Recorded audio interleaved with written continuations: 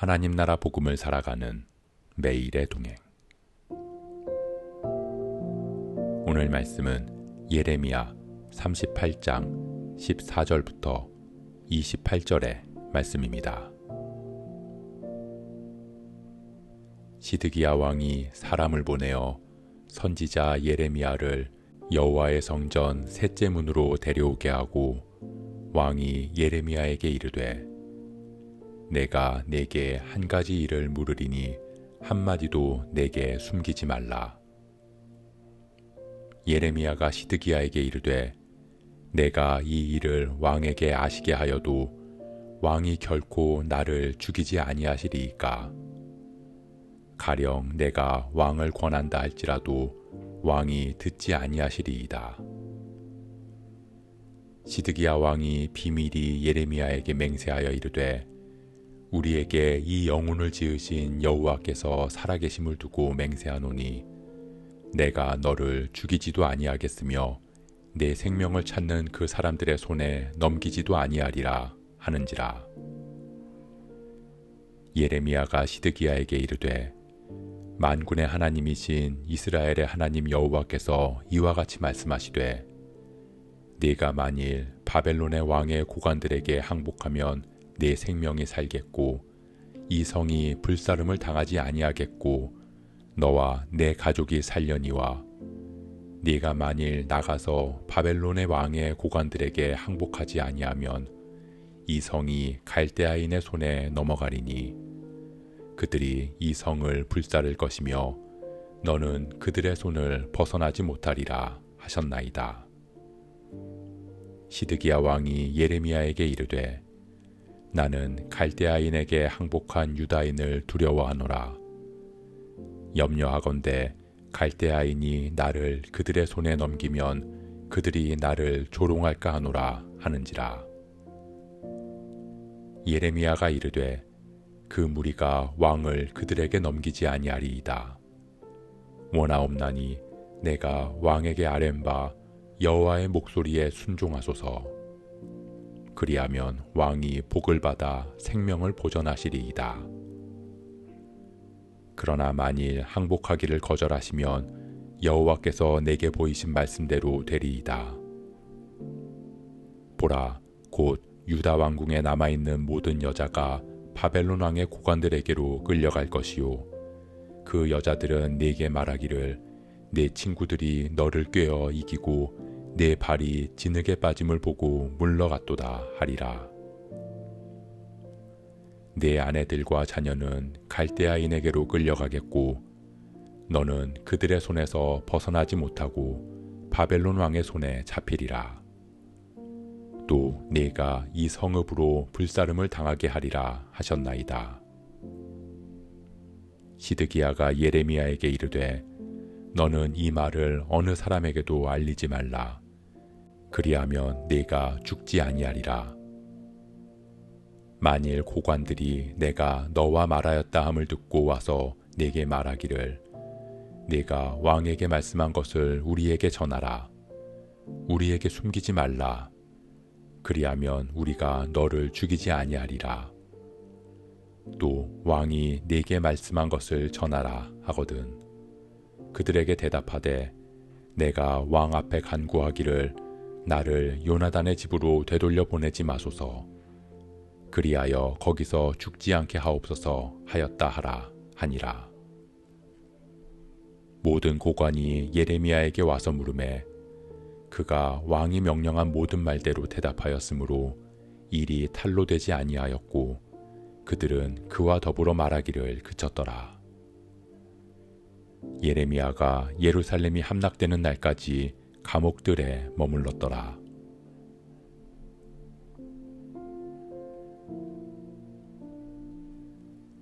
고관들은 시드기야 왕에게 바벨론에 항복해야 한다는 하나님의 뜻을 전한 예레미야를 죽여야 한다고 말했습니다.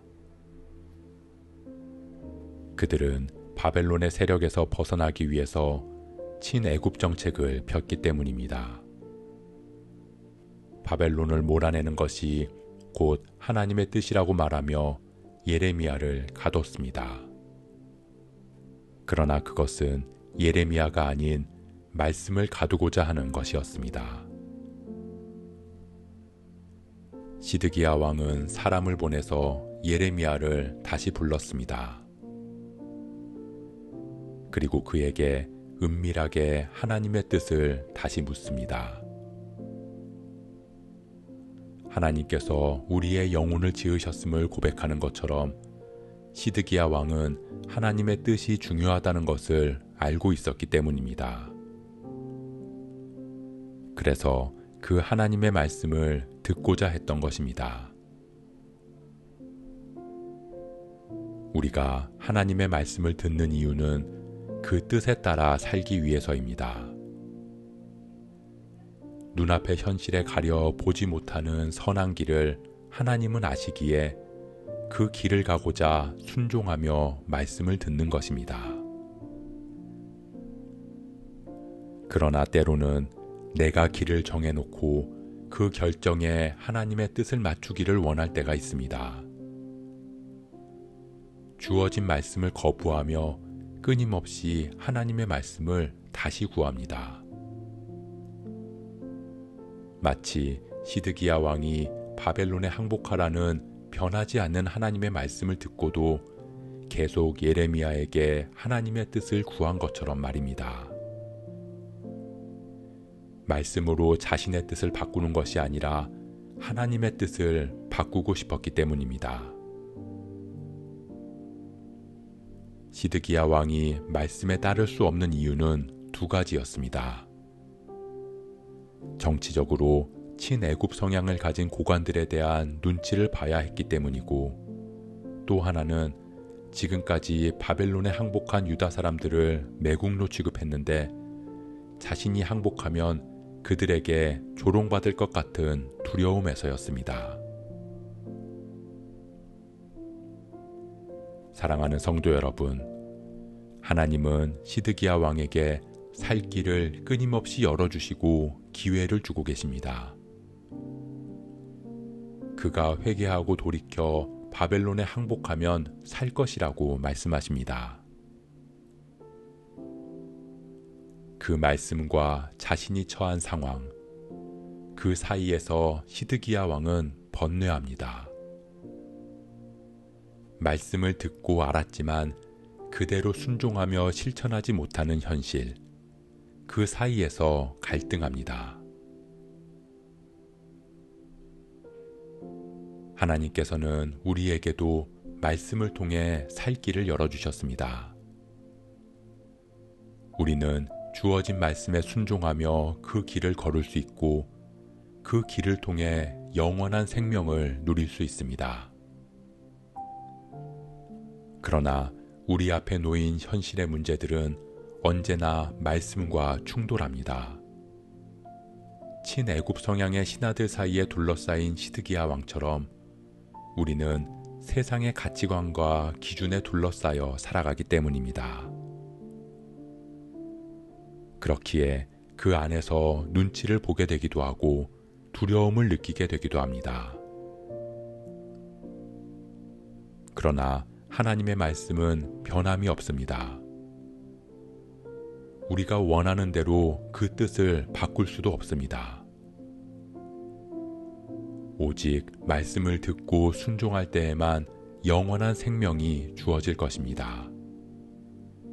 오직 예수 그리스도를 믿고 따를 때에만 구원에 이를 수 있습니다. 그것만이 우리의 살 길입니다. 우리가 하나님 말씀에 순종하기를 소원합니다.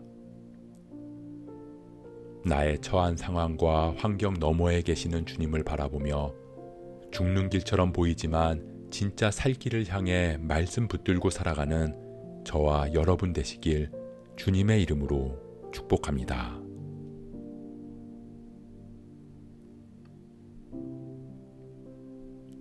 오늘 말씀 묵상하면서 기도함으로 마음에 새기겠습니다. 시드기야 왕은 하나님의 말씀을 들었지만 말씀과 현실 사이에서 갈등했습니다. 순종하면 모든 게 끝날 것 같은 두려움을 느꼈습니다.